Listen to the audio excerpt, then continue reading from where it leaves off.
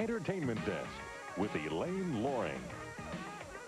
Well, good Thursday to you. Bob McAdory is still off today. You know, I've lived in Toronto all my life, and I've never seen quite the kind of kerfuffle on display at the Sheraton Centre Hotel this week.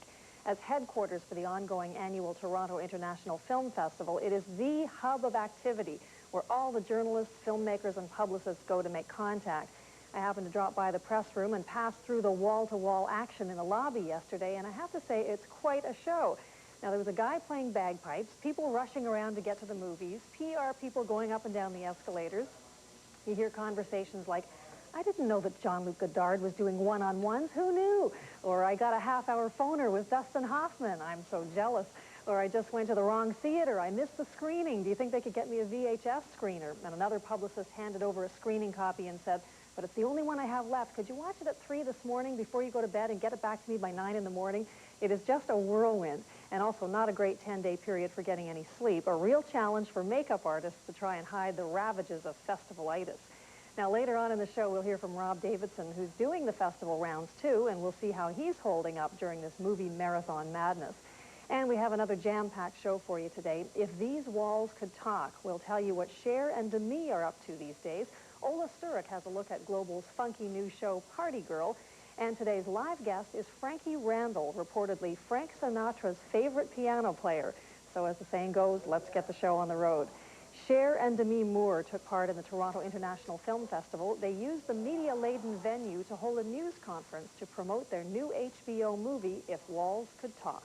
Yeah, look in here, Demi. The paparazzi went wild for these two divas when they walked in the room. It took a few minutes before they could sit down. Cher and Demi both star in the film that takes place in the 50s and the 70s and the present day. Demi is the film's executive producer with her Moving Pictures production company, and Cher makes her directorial debut in A Political Fireball, a movie all about abortion. The stars talk to the press about trying to highlight the human side of the abortion issue.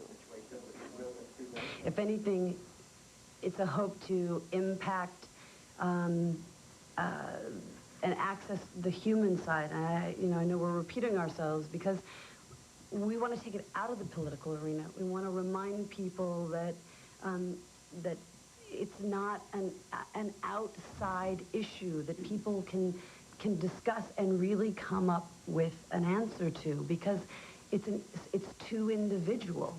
You know, it's something that is really no one else's business but their own. And, you know, it's one of the reasons why we've tried very hard to make this not a piece about abortion. It is not specifically pro-choice.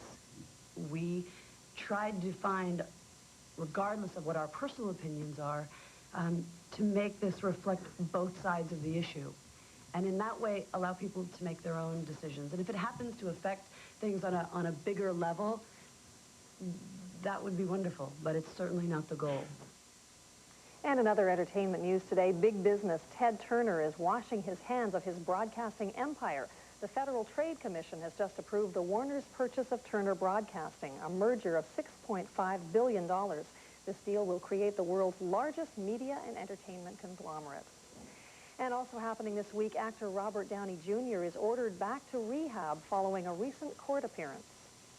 The 31-year-old, who was arrested 3 times in June and July, has pleaded no contest to drug and weapons charges.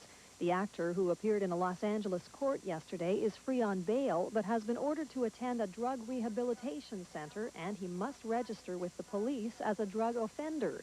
The no contest plea means Downey admits no guilt, but it carries the same weight as a guilty plea. Downey will be sentenced November 6th. I'm looking for a fridge. Clint Eastwood is unforgiven. His ex-love Sandra Locke is suing the actor-director for $2 million for sabotaging her career. Locke claimed under oath yesterday that Eastwood undermined her contract at Warner Brothers to direct films for the studio.